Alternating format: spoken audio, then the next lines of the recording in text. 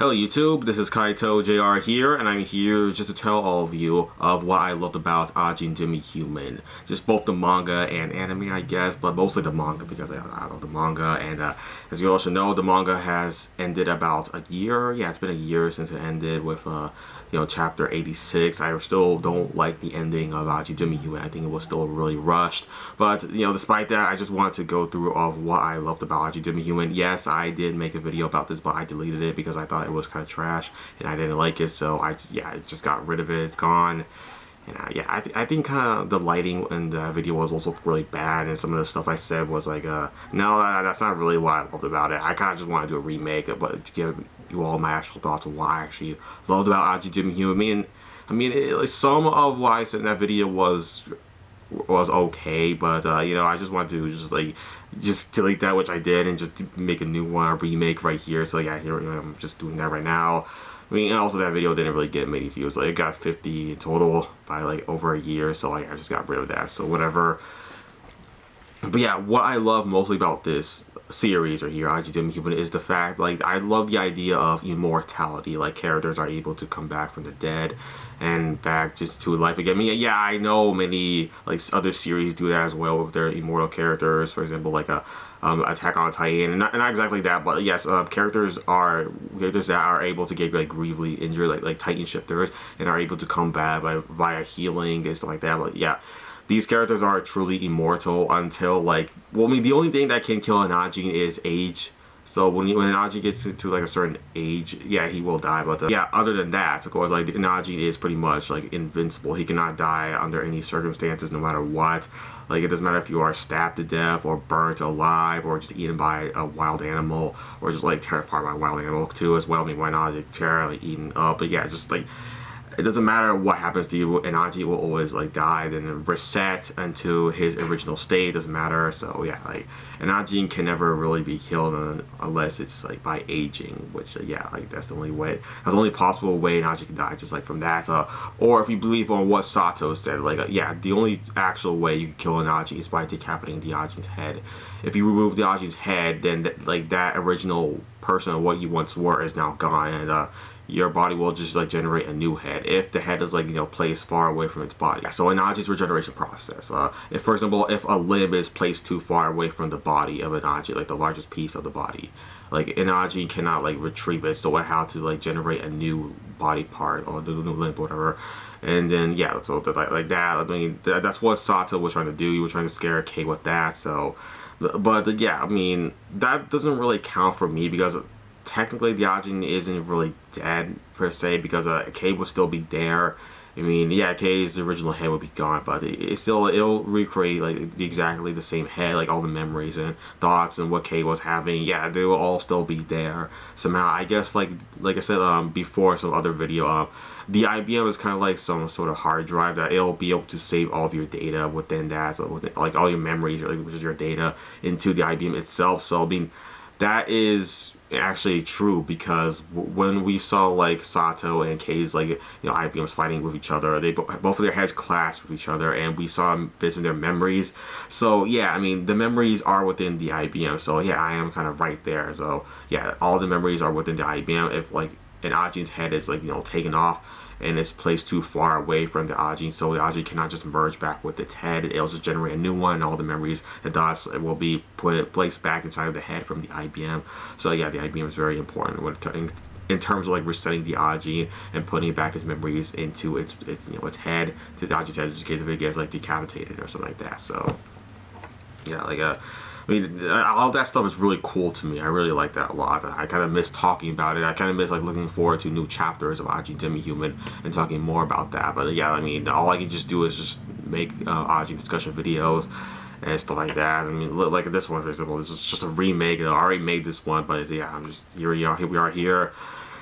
Also, let's see. I also love learning so much about Ajins from intelligent characters like Kei Nagai and Ikuya Ogura, for example. Yeah, so, not my most favorite characters ever. My favorite character of all time is Kaito. He's kind of like the channel's mascot right here, Kaito from Demi Human.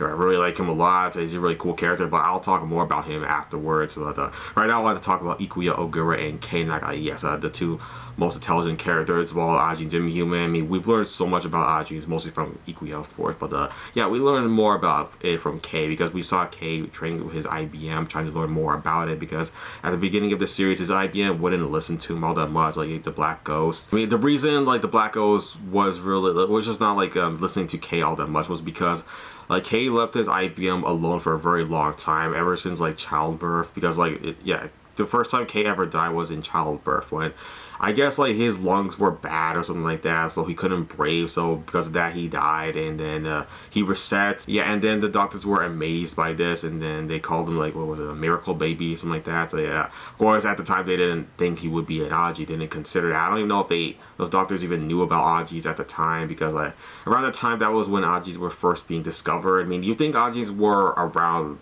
long ago, because like I think in some later chapter in Ajin Demi Human, we saw how like many thousands of years ago, like these Neanderthals were dying, and like a Neanderthal was like dying around a snowstorm or somewhere like that. It happened a long time ago, and then we saw this like invisible black matter particle just going up into the sky. Yeah, this happened like this was a flashback much later on in the manga, of course. I don't remember the exact chapter, but yeah, it did happen there. Yeah, we saw that. So apparently Ajins did exist very long ago. We're just like now discovering it from like K's birth to now. Like we still don't know even much about Ajins as of yet. I mean, now since the manga has ended, we won't learn more about Ajins afterwards. I mean, the Ajin Demi Humans is just like over. Yeah, it just sucks. Okay, yeah. So all we just talk about here is just, yeah, Kei Nagai, of course, like he was training for his IBM. We learned more about that with him. He was able to have better control, well, not better control, just like better understanding of his IBM. So yeah, his IBM still doesn't really listen to him. So Kei has to say like the exact opposite of what his IBM is expecting of him to say. Like for example, yeah, I really like this a lot, how his IBM just doesn't like pay attention to him. Yeah, I understand why, though. I just explained why, but yeah, it's just like it's still pretty funny to me how like Kei gives it an order, like okay, now I just attack this tree, like just like punch this tree, and it doesn't even do that. So when Kei orders it, like okay, don't attack that tree. Yeah, that's when the IBM just goes and attacks the tree.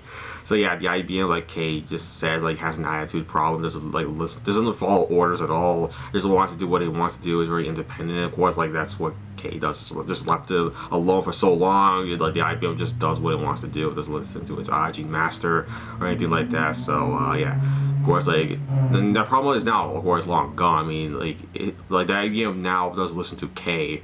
It's just like Kei just has, it's kind of like training a dog. You just have to like, you know, discipline it, like say no when it doesn't follow orders, like, you know, talk to it, just have some sort of understanding between each other. So, you know, just work together with the IBM. And yeah, of course, like the IBM was still like for example, it like his IBM did attack Kova when it just first saw him, even though Kei just told us stop to. It was like, yeah, this IBM is very bloodthirsty, would attack anything out of sight.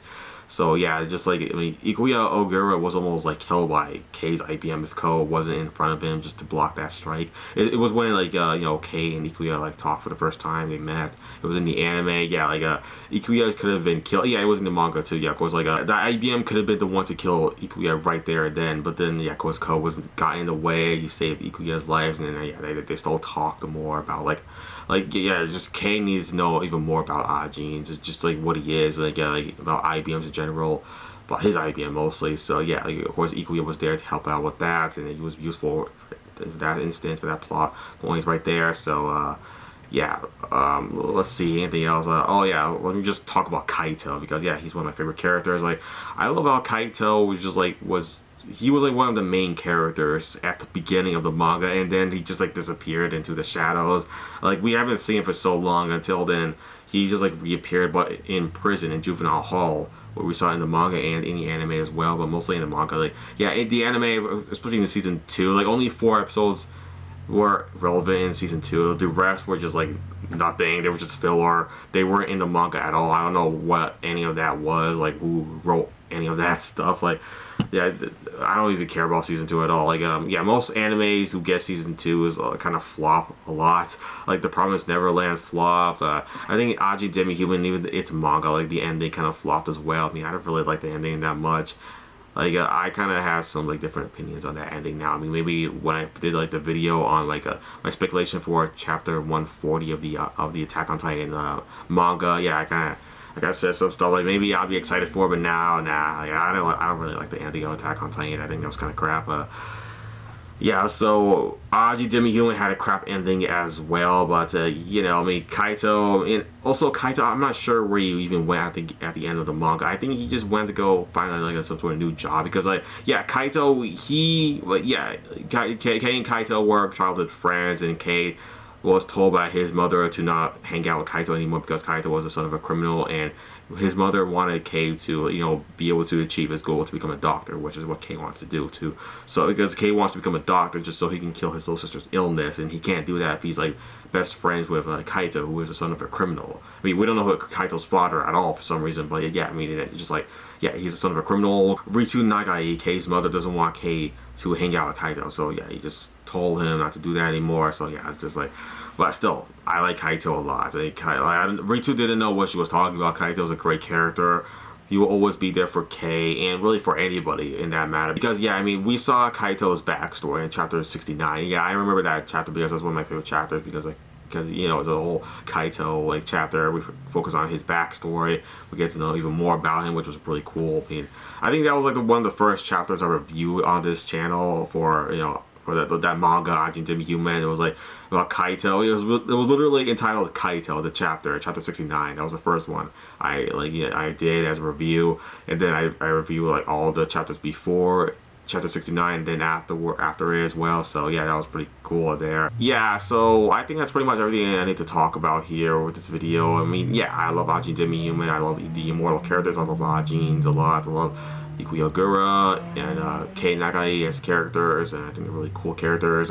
I've done more videos about them, you know, going more in depth in their characters. I'm not doing that here. I just want to let you all know what I loved about Ajin Demi Human, not going in depth with these characters here. I just want to let you all know. Of course, I love Kaito a lot. He's one of my favorite characters of all of Ajin Demi Human. So yeah, I just want to talk about him.